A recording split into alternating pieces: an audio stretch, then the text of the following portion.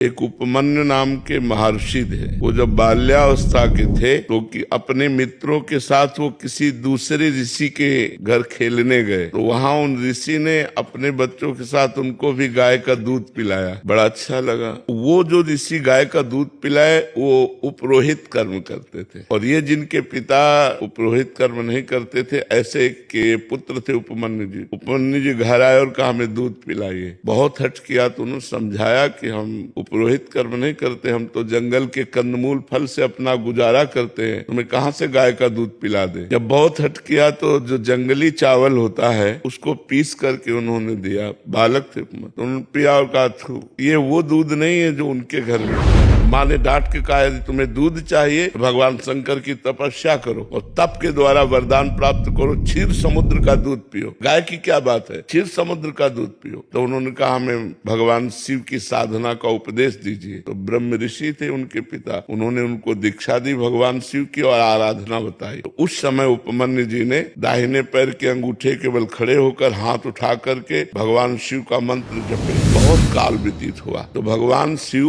उनके सामने शिव रूप में प्रकट नहीं हुए, देवराज इंद्र के रूप में प्रकट हुए, नंदिकेश्वर एरावत के रूप में, और भगवती अम्बा सची के रूप में, और जितने शिव पार्षद सब देवताओं के रूप में। और कहा वरम ब्रूहि, वरदान मांगिए। उन्होंने आंख खोला, देखा देवराज इंद्र, तो प्रणाम किया और कहा देवराज इंद्र मुझे आपसे कुछ नहीं चाहिए, मैं भगवान शंकर का भक्त हूँ, मैंने भगवान शंकर की आराधना की है, मुझे जो कुछ चाहिए वो शंकर से चाहिए। तो निंदा करने लगे, क्योंकि भगवान शंकर ही थे, सीता की भस्म लगाते हैं, मुंडों की माला पहनते हैं ऐसा। तो उनका सावधान, हमारे ही सामने हमारे इष्ट की यदि निंदा करोगे तो हमको असमर्थ मत समझो। मैं ऋषि बालक हूँ, अगर शाप दे दिया तो आप भी भस्म हो जाओगे। तो फिर वो निंदा शुरू कर दी, क्योंकि वो भगवान शंकर ही थे ना। तो उन्होंने कहा देवराज इंद्र अगर भगवान शंकर मुझे श्वान बना दे तो मुझे स्वीकार है, और तुम अपना देवराज इंद्र पद देना चाहो तो भी स्वीकार नहीं है। मैंने भगवान शंकर की आराधना की, अब एक भी शब्द अगर भगवान शंकर के प्रति बोले तो मैं दंड देने में समर्थ हूँ। फिर वो बोलने लगे, तब उन्होंने अघोर मंत्र का प्रयोग किया। ये मंत्र सिद्ध हो जाए तो किसी के भी ऊपर मारण, मोहन, वशीकरण, उच्चाटन आदि का,